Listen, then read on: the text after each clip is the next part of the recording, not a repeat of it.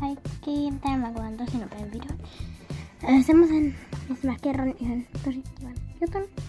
Eli, siis mulle on tuossa 3 seisovaa kissaa. Oikeesti. Oh my god. Mä siis seisovaa kissaa 3. Mutta että siis oikeesti 3 seisovaa kissaa. Mä en kestä. Mulla on vaan 1.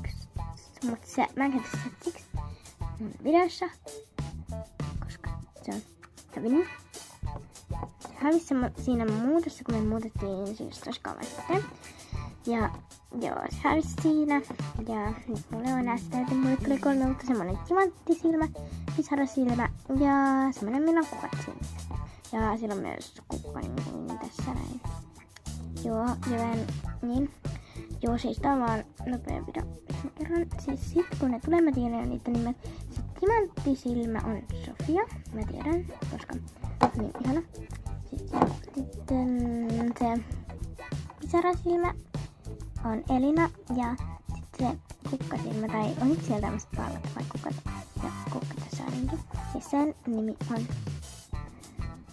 mikä sen nimi on? Sandra, joo. No, minä mä sekoitin. Sofia oli sen, missä on kukka tässä, ja Sandra sen, millä on timantit silmissä. Ja siis, joo. Ja siinä tulee mukaan semmonen ihme korvakuru. Joo, tää oli vaan tämmönen video, mutta siis joo. Ja yksi juttu, että minä tarvitsen apua. Mulla ei oo mitään videoideoita. Jos mä en saa videoideoita, mä en pysty kuvata videoita. Joten ihmeessä laitat tuonne kommenttiin jotain hyviä ideoita. Joo, toivottavasti joku teistä laittaa, jos joku edes katsoo tämän videon. Joten laittakaa kommenttiin joku ehdotus edes, niin mä kuvaan sen. Jos mulla on siihen sopivia sitten tavaroita, mitä siihen tarvii.